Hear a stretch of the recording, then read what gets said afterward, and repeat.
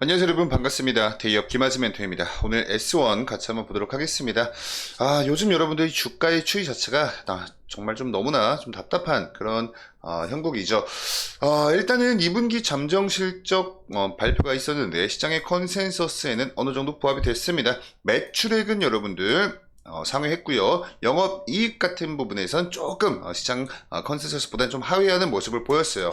영업이익 자체가 하회했던 이유가 이 S1의 노후시설 관련돼서 좀 리모델링 요 관련된 뭐 사업도 있었고, 그리고 일단은 가장 큰 게 임금 인상된 뭐 이런 부분들이 영업이익적 측면에서 좀 좋지 못한 작용을 했다. 근데 그렇지만 매출액 부분에선 상회하는 모습을 보였기 때문에 우리 S1의 지금 현재 시장의 지배력 또 파급력 이런 부분에선 아직까지 정말 장사를 잘해주고 있다라는 부분을 우리가 확인을 했죠. 자, 근데 이런 부분들이 지금 현재 주가에는 좀 반영이 되고 있지는 않습니다. 그리고 이렇게 이 성장성 자체는 입증이 되었기 때문에 이제 좀 남은 건 추가적인 주가 상승 모멘텀을 우리가 기대를 하기 위해선 남은 게 바로 이 주주 환원책이지 않을까, 이런 생각이 좀 듭니다. 우선 이렇게 주가의 추이를 놓고 보시면요, 요때를 좀 기점으로 해서 요때 이렇게 기점으로 해서 그 이후로 쭉 주가가 좀 밀리고 있는 모습을 보였습니다. 제가 이때 당시 여러분께 요 241선 이탈이 나오고 나서 요때는 아직 2분기 실적 발표가 나오지 않았던 그런 상황이었더니라서 241선 이탈이 나왔기 때문에 2분기 실적으로 정말 성장하는 모습을 보여준다면 다시 한번 241선 위로 올라와 주는 그런 트리거로 작용이 될 가능성이 높다라고 설명드렸는데, 매출액 부분에선 성장을 했지만 영업이익적인 부분에선 소폭 컨센서스 하회하면서 그럼 이 영업이익적 부분이 주가에 좀 부정적인 영향을 끼친 걸로 좀 사료가 되고 있습니다. 게다가 가장 최근에는 뭐 우리 S1 관련된 개별적인 악재라기보다는 그냥 이 시장 자체가 너무나 좀 변동성이 많이 좀 크죠. 그리고 지금 뭐 미국발 경기 침체 관련돼서 많은 분들께서 우려를 하고 계신 게 사실이죠.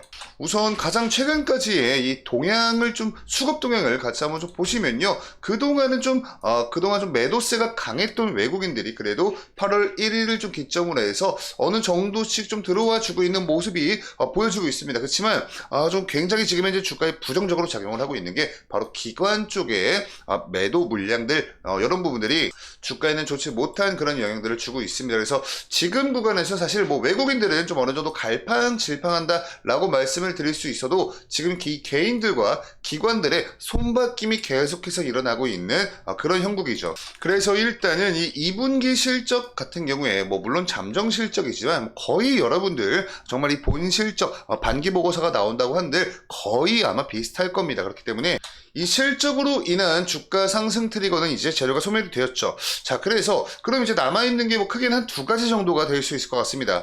우선 첫 번째가 이제 3분기 실적에서 이 하반기죠. 이제 하반기라고 하겠습니다. 상반기는 다 끝났기 때문에 하반기에서 이 영업이익적 요쪽에서 수익 개선하는 모습을 보여준다거나, 아니면 두 번째, 이제 주주환원책에 좀 더 신경을 쓴다거나, 이렇게 좀 대표적으로는 두 가지 카드 정도가 있을 수 있을 것 같아요. 뭐 사실 여기에 뭐 개별적인 공급 계약이나 뭐 수주 계약 이런 것들까지 더해진다면 더할 나위 없이 좋겠지만, 일단은 큼직하게 요 두 가지 정도가 될 수 있을 것 같다. 이렇게 말씀을 드릴 수 있을 것 같고, 우선은 지금 이 장세 자체가 여러분들 다들 잘 알고 계시다시피 너무나 좋지 못합니다. 요때였죠 여러분. 8월 5일을 기점으로 해서 코스피 지수가 8%대 급락하는 그런 날이었어요. 코스닥 지수는 11.3% 급락하는 날이었습니다. 자, 그래서 이런 부분들에 대해서 간단히만 우리가 이야기를 나눠보자면, 우선은 지난주에 이 보고 계신 요분께서가 일본은행의 총재입니다. 자, 이분께서 일본은행의 금리를 0.25% 인상을 시켰죠. 자, 요것 때문에 시장이 한번 난리가 났던 그랬던 적이 있죠.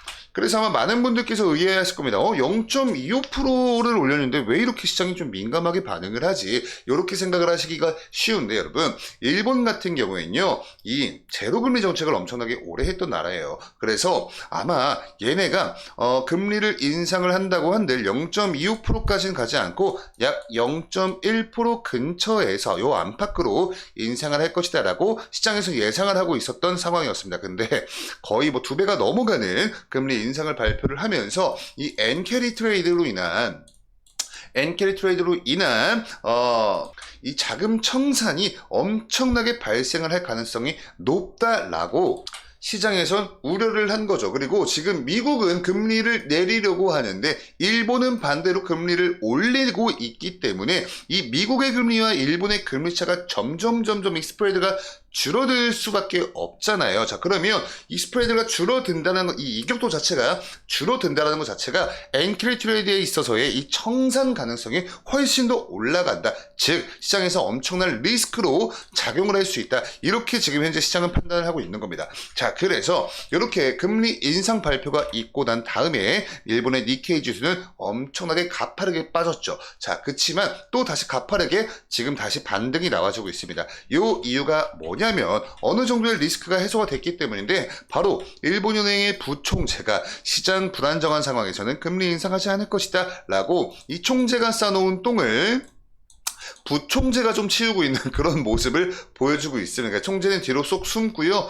부총재를 앞세워서 야 시장 불안정한 상황이니까 금리 인상 다시 안 한다고 해. 다시 우리가 했던 발언 얼른 빨리 다 철수해. 이렇게 이야기를 한 것 같아요. 왜냐면 이 총재가 0.25% 금리를 인상하긴 했지만 이때 당시 기자회견에서 뭐라 그랬냐면요. 우리는 0.5%를 금리 인상의 벽이라고 생각하지 않는다. 이렇게 기자회견을 했습니다. 자, 이게 무얼 의미를 하는 걸까요?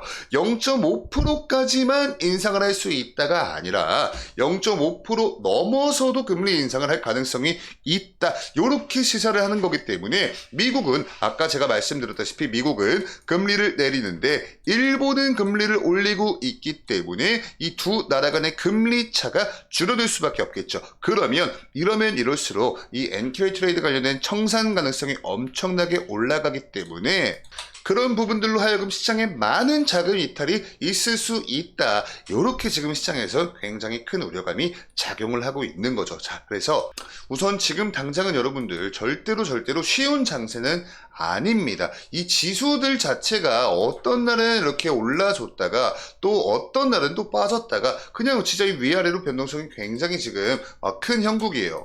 그래서 일단은요, 이 시장에서 지금 현재 형성되고 있는 이 시장 우려감과 그리고 우려감 vs 이 미국발 금리 인하에 관련된 기대감, 요 두 개가 여러분들 일단 지금 힘겨루기를 하고 있는데 일단 요 우려감 쪽이 조금 더 우세한 모양새입니다.